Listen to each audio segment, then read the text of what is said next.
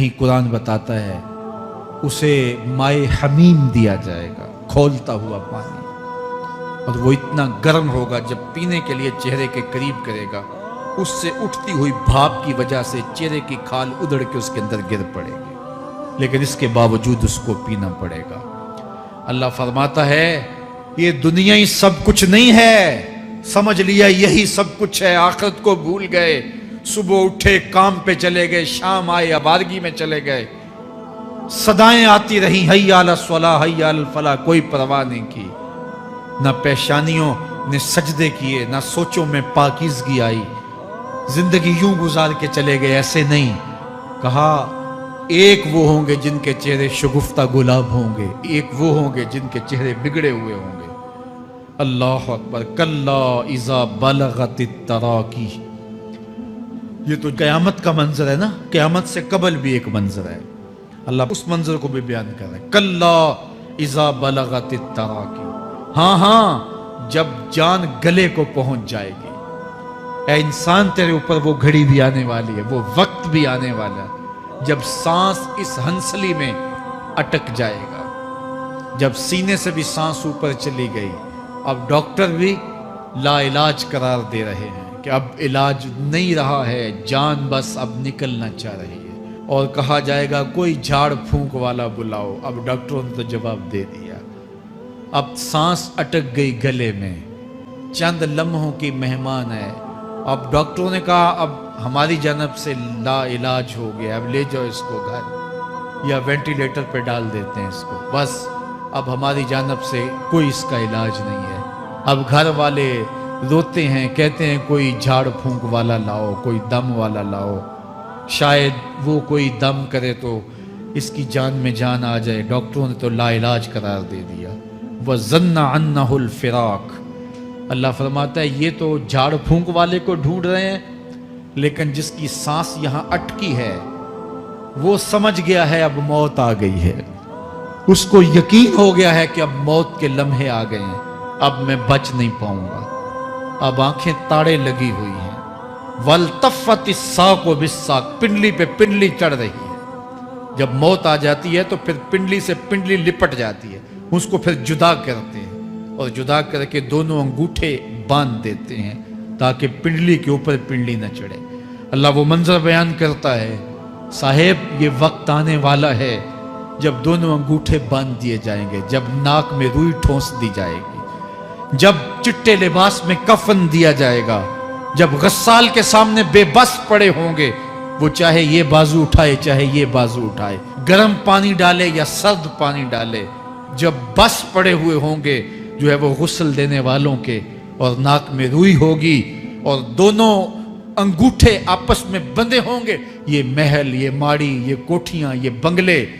جس کو سویر شام لگ کے حلال حرام کی تمیز کیے بغیر بنایا تھا، غوث اعظم رضی اللہ تعالیٰ عنہ بولے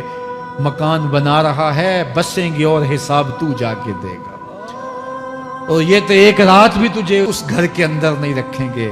کہ چلو ایک رات مہمان رکھ لیں، کہتے ہیں نہیں نہیں مہمانوں نے بھی جانا ہے تو جلدی کرو اس کو سپرد کراؤ،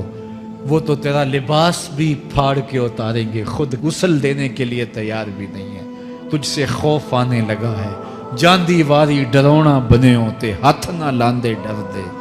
جنہ لئی تو پاپ کمائے اج کتھے نہیں تیرے کر دے،